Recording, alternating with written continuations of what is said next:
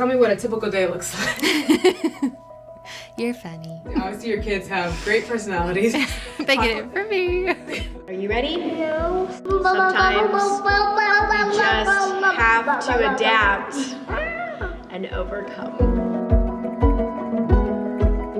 I think one of the reasons for us as children that we wanted to be involved in the ministry growing up was because my parents always had us involved. Children shouldn't be in the way in your mind. The children are a way of reaching hearts that you would not be able to as an adult. No, and I really wanted, as we took on the leadership of the Academy, to maintain that. And so we wanted to give them a way to be able to bring their families and have their whole family involved.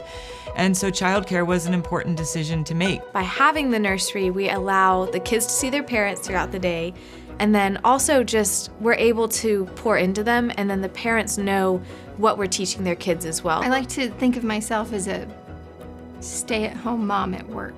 It's always interesting having kids in the office. I've been trying to train them to run errands for me. Sometimes they do a good job, sometimes they don't. They're right along with us in the ministry, especially as they're getting older. They're seeing that, and even something as simple as cleaning up a meal, they're excited to help. A typical day in the nursery is full of learning and training, discipline, lots of discipline. The training aspect and the raising them aspect of things is a little different. You don't have a coworker trying to make a phone call while you're trying to discipline your 2-year-old for coloring on your computer. Sometimes that's hard when there's 60 kids looking at you and your son is the one who decides to scream on the stage or cry or not obey. And I think it's been something that has just really taught us what it means to love and to live the truth out on a consistent basis and to do what's right no matter who's watching.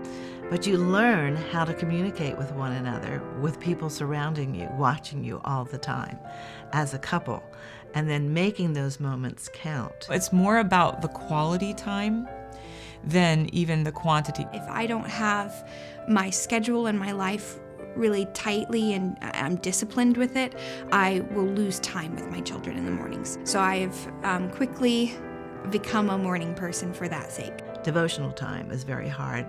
Sometimes you have to get up extra early to be able to do that because of the schedule. The lie that you have to fight is that it's okay if you stop growing your relationship with the Lord for a while. For me, watching and being a part of the ministry when I was a child, watching my mother, I knew that Jesus Christ was her number one focus. Don't put that on the shelf. That's what I would say to young women. Don't put your private time with the Lord. You need it, and use it during each day that you live. The Lord, every single year, has strengthened me of knowing my calling, and I know He's called me to this ministry, so He will equip me because He has called me. The Academy of Arts has given a voice to mothers that is absolutely needed in this generation. We are an equal part of striving for our children and warring for that next generation, and our voice needs to be heard. Something that's been neat, it started last year when I really started writing music for the theater and for the children's plays in particular. Being a new mom at that point, I thought if I were to be gone from my son's life, what would I want him to remember? I want it to be something lasting and something that I would want my son, my children, my daughter to sing, even when I'm gone. We've got a perspective as mothers that we can bring to the script writing process, to the directing process, that is absolutely crucial. We've got a heart for these children. It's our own children that we're seeing face these issues. I mean this with all of my heart, and that is to pray for us. It gets tiring, and sometimes you feel very lonely. And it's just important to be praying because we do feel your prayers. It's really such a comfort when you know that people are actually remembering you daily, remembering you to the Lord daily. Prayer is a big thing for moms in ministry. It's just wisdom for us. I think too, especially in our society today, women, moms can be very critical of each other. So learning to, if you see something, how to speak it in love. Encouraging us, because we know our kids aren't perfect. We see them every day. We love them, and we know they're not perfect, and just that striving to train them. They were real difficult times, but at the time I never thought of them as difficult. I was just excited that things were working out as we were praying, for them. When I think about what we did and how we did it, it was all by God's grace. I have to remind myself that God made me Judah's mom. He saw me fit to be Judah's mom. You think you want to be the perfect mom, there's no perfect mom.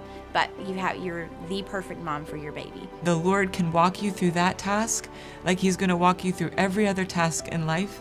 But I think that task is something that is the most precious thing of ministering to a child, whether it's your child or like Amy Carmichael, whether it was an adopted child that you took in and loved as your own. There are many types of ways of having a mother's heart. And that's an important thing that God has created us as women to do, that we need partners helping us do, but to believe that the Lord has created us as women to nurture and to train and to invest. And we want to do that with all of our heart to the end of our days.